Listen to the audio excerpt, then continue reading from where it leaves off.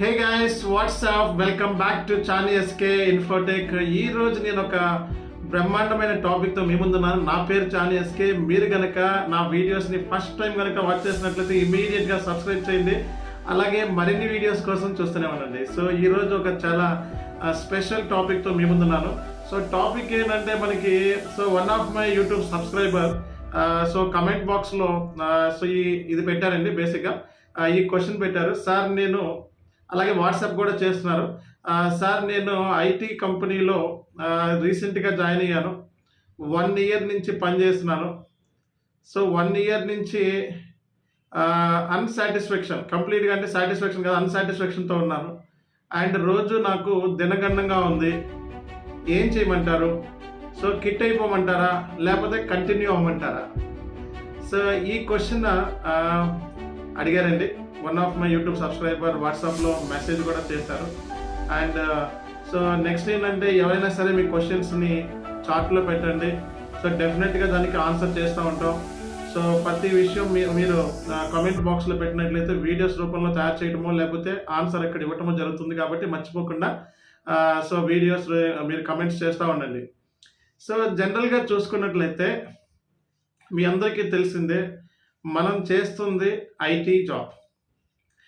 IT job అంటే కంపల్సరీగా pressure ఉంటుందండి. కంపల్సరీగా మైండ్ మీద ప్రెజర్ ఉంటుంది. అండ్ వన్స్ మైండ్ మీద ప్రెజర్ ఉంటే అదర్ యాక్టివిటీస్ మీద కంప్లీట్గా ఫోకస్ చేయలేం, ఎవరైనా సరే, ఎనీవన్. కాబట్టి మైండ్ అనేది చాలా ఫస్ట్ థింగ్. దీన్ని కొట్టింది లేదు ప్రపంచంలో. మనకి యానిమల్స్కి డిఫరెన్స్ ఇది ఒకటే, రెండు తేడా. కాబట్టి అదే మైండ్ మీద ప్రెజర్ పెరిగితే డెఫినెట్గా ఎవరైనా సరే, ఈవెన్ నేనైనా ఎవరైనా సరే డెఫినెట్గా ప్రాబ్లమ్స్లో ఇరుక్కుంటారు. అండ్ మనం ఏం చేస్తున్నామో కూడా తెలియదు. కాబట్టి ఇలాంటి సిచ్యువేషన్లో ఒక ఐటీ కంపెనీలో పనిచేసిన ఒక అబ్బాయి 1 ఇయర్ అయింది. ఇంకా స్ట్రగుల్ అవుతానే ఉన్నారు. ఇంకా ఇలాగే ఉంటుందా కెరియర్, నా లైఫ్ ఇలాగే ఉంటుందా, ఏం చేయాలి అని చెప్పడం జరిగింది. ఐటీ అంటే ప్రెజర్ అని చెప్పాం.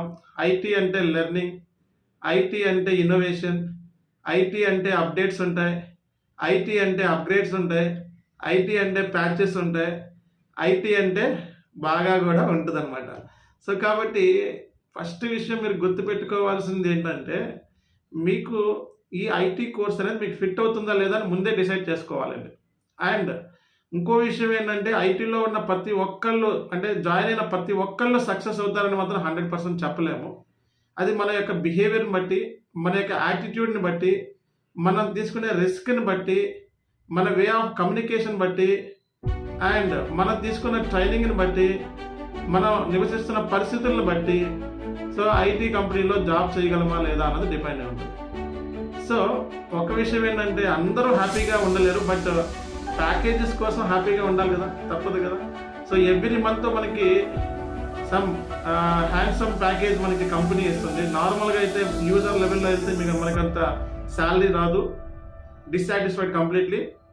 అయినప్పటికీ కూడా ఇక్కడ స్కిల్ బేస్ మీద మీకు అంత శాలరీని ఇస్తున్నారండి.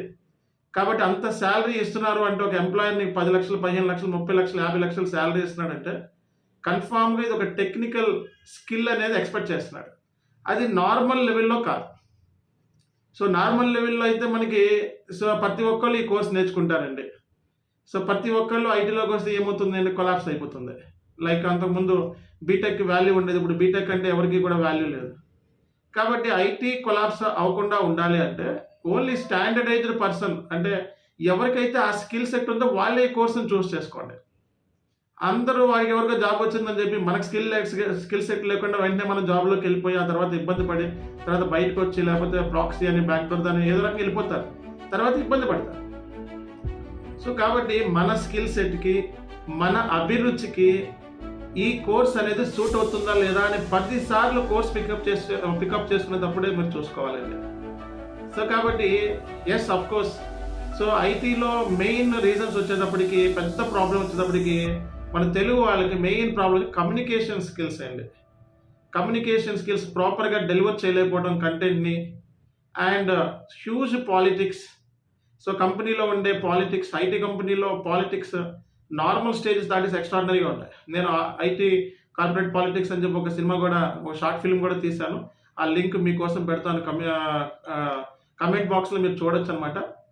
అట్లాగే 100% వర్క్ ప్రెషర్ ఎక్కువ ఉంటుందండి. అండ్ మనకి రాని స్కిల్ సెట్ మీద ఎక్కువసేపు మనం కూర్చుంటా ఉంటాం.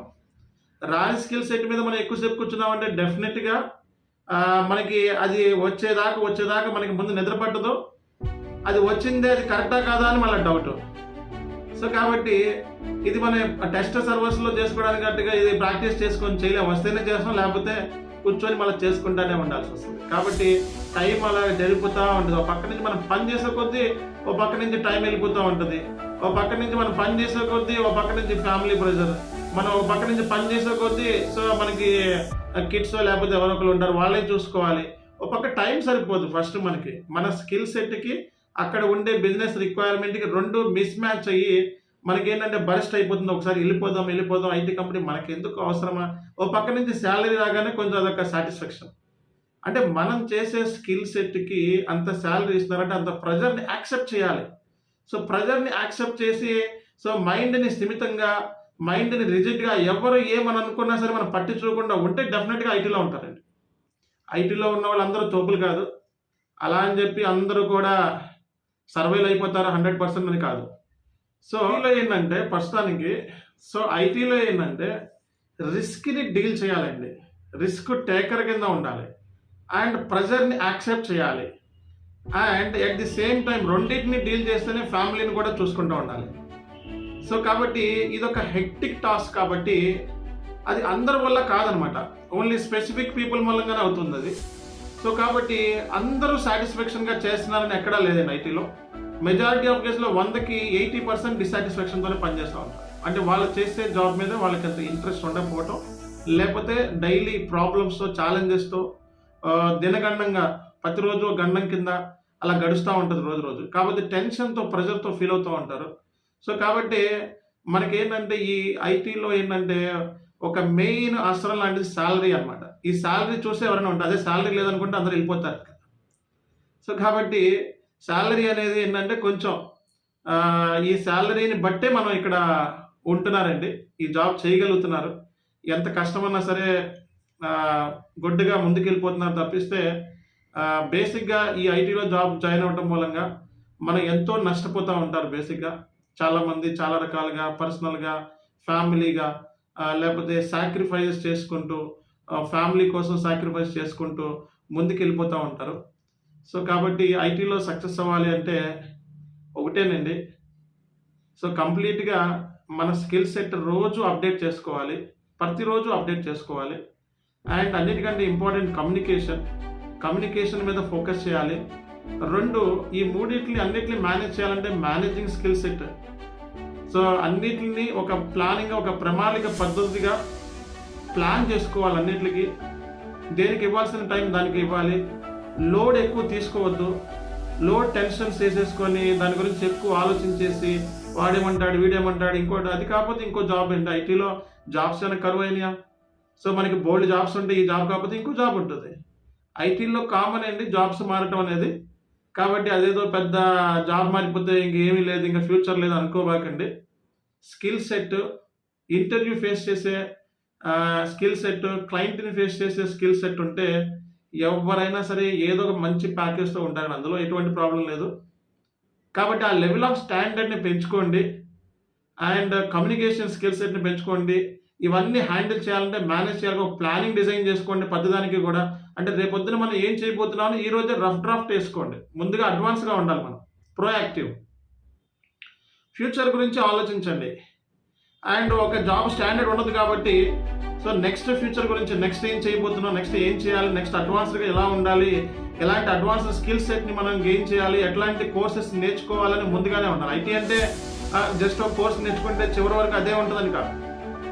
కాబట్టి ఎప్పటికప్పుడు అప్గ్రేడ్ అవుతూ ఉండాలి. మనం ఎప్పటికప్పుడు మనం అప్స్కిల్ చేసుకుంటూ ఉండాలి. మన స్కిల్ సెట్, మన వే ఆఫ్ కమ్యూనికేషన్ అనేది చాలా ఇంపార్టెంట్ రోల్ ప్లే చేస్తుంది.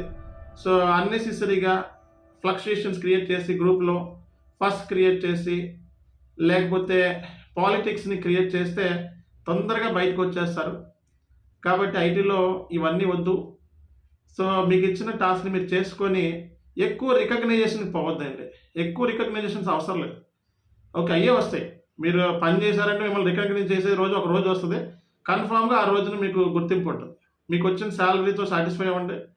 సో కొంచెం కొంచెం కొంచెం కొంచెం వర్క్ లోడ్‌ని పెంచుకుంటూ మెల్లమెల్లగా వెళ్ళండి. ఐటీలో ఇవన్నీ కామనే. కాబట్టి మీరు ఎవరు కూడా భయపడొద్దు. ఏ పొజిషన్‌లో ఉన్నారో ఆ పొజిషన్‌లో జాబ్ చేసుకోండి. ఇప్పుడు మనకి జాబ్ అనేది చాలా ఇంపార్టెంట్. సో ఎవరు కూడా జాబ్‌ని లాస్ చేసుకోవద్దు. ఎవరు కూడా అన్నెసెసరీగా జాబ్స్‌ని పోగొట్టుకోవద్దు. ఏ జాబ్‌లో ఉన్నారో ఆ జాబ్‌ని కంటిన్యూ అవ్వండి. ఆ జాబ్ ఆ జాబ్‌ని కంటిన్యూ అవుతూనే మరలా ఇంకో జాబ్ చూస్ చేసుకోండి. అంతేగాని జాబ్ మానేసి మళ్ళీ ఇంకో జాబ్‌కెళ్తే కొంచెం టైం పడుతుందండి ఇప్పుడున్న సిట్యుయేషన్‌లో మార్కెట్‌లో. కాబట్టి జాబ్‌ని పోగొట్టుకోవద్దు అండ్ అదే కంటిన్యూ అవ్వండి. అవసరమైతే సాటిస్ఫాక్షన్, డిసాటిస్ఫైడ్ ఉంటే మళ్ళీ ఇంకో జాబ్‌కెళ్ళండి. నష్టం ఏమి లేదు. మిమ్మల్ని మీ ప్రొఫైల్ ఎందుకింత గ్యాప్స్ ఉన్నాయి, ల్యాగ్స్ ఉన్నాయి, ఇవన్నీ కూడా ఐటీలో కామనే. కాబట్టి వాటి గురించి ఎక్కువ వరీ అవ్వద్దు, టెన్షన్ పడొద్దు. ప్రశాంతంగా హ్యాపీగా ఉండండి. సాటర్డే, సండే ఉన్నాయి మనకి. ఫ్యామిలీతో ఎంజాయ్ చేయండి, కిడ్స్‌తో ఎంజాయ్ చేయండి. లైఫ్‌ని మీకు నచ్చినట్టుగా లీడ్ చేయండి. లైఫ్‌ని మీకు నచ్చినట్టుగా మీరు లీడ్ చేస్తుంటే హ్యాపీ ఉన్నట్టు లెక్క. కాబట్టి ఆ 2 డేస్ మీదే, 5 డేస్ మీది కాదు. బట్ ఎనీహౌ ఈ వీడియో కనుక మీకు నచ్చినట్లయితే ఇమీడియట్‌గా సబ్స్క్రైబ్ చేయండి. అలాగే మరిన్ని వీడియోస్ కోసం వాచ్ చేస్తూనే ఉండండి. This is Chanu SK signing of.